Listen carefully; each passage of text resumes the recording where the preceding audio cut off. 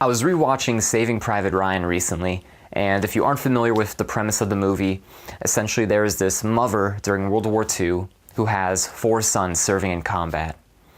And she receives 3 letters on the same day that 3 of her sons have been killed in action.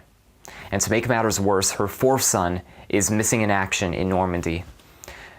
So 8 Army Rangers are assigned to find the last living Ryan brother and bring him home, so that they don't have to send one more letter home to the mother saying that her final son was killed in action. And most of them don't make it. Several of the men are killed before they even find Ryan. And once they finally do find Ryan and the remnants of his squad, they're deep behind enemy lines, outgunned, outnumbered, desperately trying to hang on until reinforcements arrive. After the dust from the final battle is settled and they're relieved by American forces, very few of them are left. 6 of the 8 Army Rangers that were tasked with finding Ryan are dead. Most of Ryan's squad is dead as well. Private Ryan is kneeling next to Captain Miller. Miller was one of the men assigned to save Ryan. And as Miller is sitting there dying from his wounds, he pulls Ryan in close and says to him, "Earn this." And having said his final words, Miller passes away. And I was really struck by those words of Miller.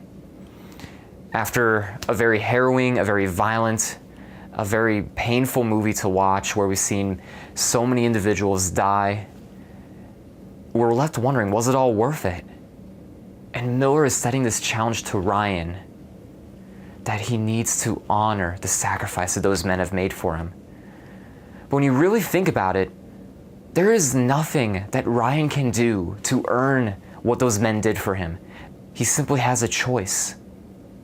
Will he accept the sacrifice those men have made so that he can live? Or will he reject it and waste their sacrifice? You know, as Christians, that's the same question that we face.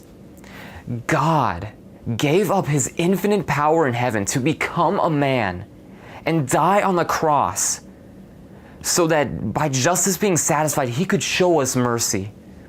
He did this because the brokenness in our lives, the sin in our lives, what it does, it creates this infinite chasm with us on one side and God on the other. There's nothing we can do to bridge that gap on our own. There's nothing we can do to avoid the consequence meant for us, which is death. And so that's why God took the hit for us. He became man, embraced the consequence meant for us, so that he could then show us mercy. There's nothing we can do to deserve that. There's nothing we can do to earn that. We simply have a choice, the same choice Private Ryan had to make.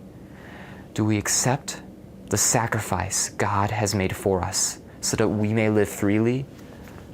Or do we reject it? Do we brush it off and waste that sacrifice? And the choice we make, it will take us down a very different path depending on which one we choose.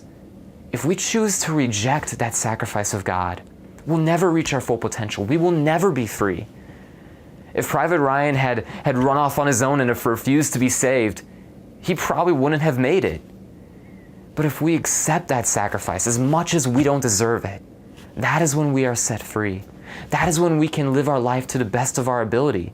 You know, you see at the very end of the movie, much older Private Ryan visiting the graves of Captain Miller and the other men, and he's visiting it with his family.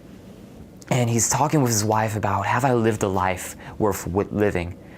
And his wife reaffirms him, yes, you have.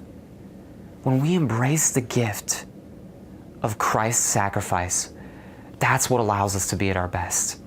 When I try to earn God's love, it doesn't work. But when I accept God's mercy and view myself the way that he views me, that is when I'm able to find freedom. So as we come up on the 4th of July and we reflect on the freedom that has been earned for us by so many brave men and women who've taken up arms, let us remember that there is a greater freedom that has been earned for us by Jesus Christ our Savior. And we have a choice. Do we accept the sacrifice or do we reject it? By accepting it, that is what will set us free.